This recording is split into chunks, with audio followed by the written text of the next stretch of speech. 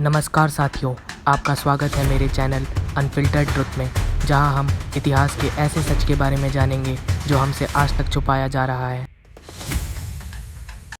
दोस्तों, क्या आप जानते हो भारत में एक ऐसा शहर था जो खुद भगवान श्री कृष्ण ने बनवाया था। एक शहर जो इतना खूबसूरत, इतना ऑप्युलेंट था कि लोग उसे सोने की नगरी कहते थे। हाँ, मैं बात कर रहा हूँ द्वारका की। ये वही शहर है जिसका जिक्र महाभारत और पुराणों में बार बार होता है। कहानी कहती है कि श्री कृष्ण ने समुद्र देवता से 12 योजन जमीन मांगी और वहां बनाई अपनी नगरी, जो पहले कुशास्थली के नाम से जानी जाती थी। बाद में इसका नाम पड़ा द्वारावती, यानी कि द्वारिका। कहते हैं डिवाइन आर्किटेक्ट्स ने इस शहर को बनाया और कृष्ण की प्रेजेंस ने इस जगह को एक स्पिरिचुअल कैपिटल बना दिया। साथियों, तब भी लोग दूर दूर से द्वारका आते थे और आज भी द्वारकाधीश मंदिर में कृष्ण के दर्शन के लिए दुनिया भर से भक्त आते हैं। लेकिन ये सब हमेशा के लिए नहीं था। ऐसा माना जाता है कि जैसे ही कृष्णा ने पृथ्वी लोक छोड़ा, वैसे ही द्वापर युग समाप्त हो गया और शुरू हुआ कलयुग। कृष्ण के जाने के साथ साथ द्वारका भी समुद्र में डूब गई। लेकिन इस कहानी ने ही साइंटिस्ट और आर्कियोलॉजिस्ट की कम्युनिटी को मजबूर किया कि वो समुद्र के अंदर जाकर खोज करें। साथियों, साल था 1930। इसी साल एक मशहूर आर्कियोलॉजिस्ट हीरानंद शास्त्री के मन में पहली बार द्वारिका की खोज का विचार आया। हीरानंद शास्त्री अपनी राइटिंग्स में लिखते हैं कि गुजरात की द्वारिका ही शायद महाभारत की पौराणिक द्वारिका हो सकती है। उन्होंने अपनी राइटिंग्स में ये भी कहा कि ये स्थल भगवान श्री कृष्ण से जुड़ा हुआ है और यह कहानियों में वर्णित द्वारिका नगरी से मिलता जुलता लगता है। साथियों, उन दिनों वो आर्कियोलॉजिकल सर्वे ऑफ इंडिया के अंडर काम कर रहे थे। उन्होंने द्वारिका और सोमनाथ के आसपास प्राचीन ढांचों और पत्थरों के अवशेष देखे। इनका विश्लेषण करने के बाद ये अनुमान लगाया गया कि ये स्थान काफ़ी पुराना है और हो सकता है कि ये मौर्य काल या उससे भी पहले का हो। साथियों, उनका नज़रिया थोड़ा कंजर्वेटिव था, क्योंकि उन्होंने अपनी राइटिंग्स में लिखा है, it is however difficult to say how far these traditions are based on historical facts. यानी उनका कहना था कि ये कहानियों का सच इतिहास से कितना जुड़ा है, कहना मुश्किल है। वो पूरी तरह से कंफर्म नहीं करते कि ये वही कृष्ण की नगरी है, लेकिन उन्होंने ये भी माना है कि ये स्थान उनसे जुड़ा हुआ हो सकता है और आगे और खोज की ज़रूरत है। साथियों, द्वारिका की खोज को आगे बढ़ाया दो दिग्गज आर्कियोलॉजिस्ट ने, जिनका नाम था J.M. नानावती और H.D. संकालिया। 1963 में द्वारिका में पहली बड़ी आर्कियोलॉजिकल एक्सकवेशन की गई दक्कन कॉलेज पुणे की टीम के द्वारा, जिसका नेतृत्व J.M. नानावती और H.D. संकालिया ने मिलकर किया। साथियों, इसी साल उन्होंने द्वारिका के 2 साइट्स पर खुदाई की। उनकी रिपोर्ट के मुताबिक सबसे पुरानी बस्तियां जो उन्हें मिली वो 2nd सेंचुरी BCE यानी दूसरी शताब्दी ईसा पूर्व की थी।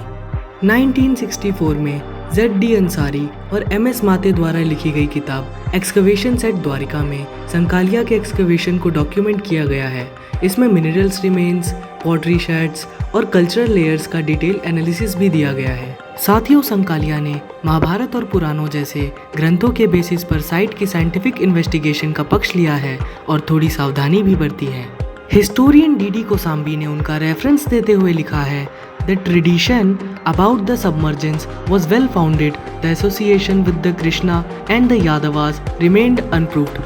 यानी कि द्वारिका के डूबने का तो प्रमाण मिलता है, लेकिन श्री कृष्ण और यादवों से इसका संबंध अभी तक प्रमाणित नहीं हो पाया है। साथियों, 1983 से लेकर 1990 तक डॉक्टर SR राव ने नेशनल इंस्टीट्यूट ऑफ ओशियनोग्राफी के मरीन आर्कियोलॉजी यूनिट के साथ मिलकर द्वारिका और बेट द्वारिका के कोस्ट पर कई अंडर वाटर एक्सकेवेशंस किए। जब मरीन आर्कियोलॉजिस्ट ने समुद्र के अंदर जाकर एक्सकेवेशन की तो उन्हें कई सारी प्राचीन काल की चीज़ें मिली, जैसे stone blocks, pillars, irrigation systems और एक जेटी या पियर स्ट्रक्चर जो एक प्राचीन पोर्ट का संकेत देता है। इसके साथ 3 होल ट्रायंगल स्टोन एंकर्स मिले जो कि 60 किलो से 150 किलो के वजन वाले थे, जो प्राचीन समुद्रिक व्यापार का सबूत देते हैं। साथियों, यूनेस्को के मुताबिक ये सब चीज़ें एक फोर्टिफाइड सिटी वॉल का हिस्सा हो सकती हैं, मतलब एक ऐसा शहर जिसे समुद्र से प्रोटेक्ट करने के लिए मजबूत दीवारें बनाई गई थी। डूबे हुए fortified sectors up to 1 kilometre offshore मिले थे और ये सिटी रिक्लेम लैंड पर बनी थी, प्रॉपर प्लानिंग के साथ, जिसका लेआउट समुद्र के नीचे ट्रेस किया गया था। ये भारत की पहली बड़ी समुद्रिक पुरातत्व यानी मरीन आर्कियोलॉजी की खोज थी। साथियों, बेत द्वारिका, जो कि मेन द्वारिका से लगभग 30 किलोमीटर दूर है, वहाँ पर भी काफी एंशिएंट हैबिटेशनल साइट्स मिले हैं। सन 2000 में A.S. गौर और सुंदरेश त्रिपाठी ने लिखा था कि वहाँ से प्रोटो हिस्टोरिक और हिस्टोरिकल पॉटरी का बड़ा कलेक्शन मिला है। थर्मोल्यूमिनेसेंस और कार्बन 14 जैसे मॉडर्न मेथड से इन स्ट्रक्चर की उम्र लगभग 1900 BCE तक पुरानी बताई गई है, यानी कि हड़प्पन पीरियड के बाद के समय की। मतलब लोग वहाँ 3000 साल पहले भी रहा करते थे। नेशनल इंस्टीट्यूट ऑफ ओशियोनोग्राफी के आर्कियोलॉजिस्ट A.S. गौर और सुंदरेश के स्टडी के मुताबिक द्वारिका के लोग समुद्र के रिसोर्सेज का पूरा फायदा उठाते थे। कॉन्च शेल्स और फिश जैसे प्रोडक्ट्स उनके ट्रेड में इम्पोर्टेंट थे। साथियों, एक्सपर्ट्स का मानना है कि द्वारिका एक इम्पॉर्टेंट ट्रेड पोर्ट रहा होगा, जहां से इंडिया और अरेबिक वर्ल्ड के बीच इकोनॉमिक टाइज स्ट्रॉन्ग थे। साथियों, लेकिन सब कुछ इतना सिंपल नहीं था। कुछ स्कॉलर्स जैसे अनंत सदाशिव अल्टेकर और D.D. कोशाम्बी तो कहते हैं कि गुजरात की द्वारिका का कृष्ण की द्वारिका से कोई लेना देना ही नहीं है। D.D. कोशाम्बी ने तो यहाँ तक कहा कि असली द्वारिका अफगानिस्तान में हो सकती है, क्योंकि वहाँ दरवाज नाम की जगह भी मिलती है। साथियों, अभी द्वारिका की खोज अधूरी है, तो अभी कुछ भी कहना ठीक नहीं है। हमें थोड़ा और इंतज़ार करना चाहिए ताकि चीज़ें और खुलकर हमारे सामने आ सके और हम उसका ढंग से विश्लेषण कर सके। मेरी व्यक्तिगत सोच तो ये कहती है कि द्वारिका का सच कुछ भी रहा हो, परंतु इससे यह नहीं बदलेगा कि द्वारिका कभी भारत का एक गौरवशाली इतिहास हुआ करती थी। सोचिए ज़रा, एक दिन आप खुद समुद्र के अंदर जाकर एक पौराणिक भव्य शहर को देख पाएंगे। अब ये भी सच होने जा रहा है। साथियों, द्वारिका को देखने का सपना अब सिर्फ किताबों तक सीमित नहीं है। क्या आप जानते हैं कि हमारे यशस्वी प्रधानमंत्री श्री नरेंद्र मोदी जी ने खुद अंडर वाटर विजुअल्स का इंस्पेक्शन किया था।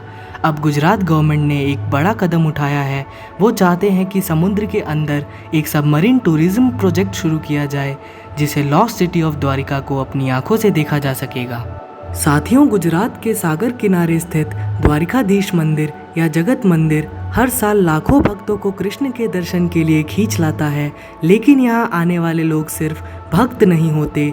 कुछ लोग यहाँ इतिहास ढूंढने आते हैं, कुछ विज्ञान के सबूत और कुछ एक खोया हुआ शहर। साथियों, आज भी द्वारिका एक पहेली है, जिसमें भक्ति भी है, पुरानी कहानियों का सच भी, और समुद्र के नीचे एक छुपी हुई नगरी भी।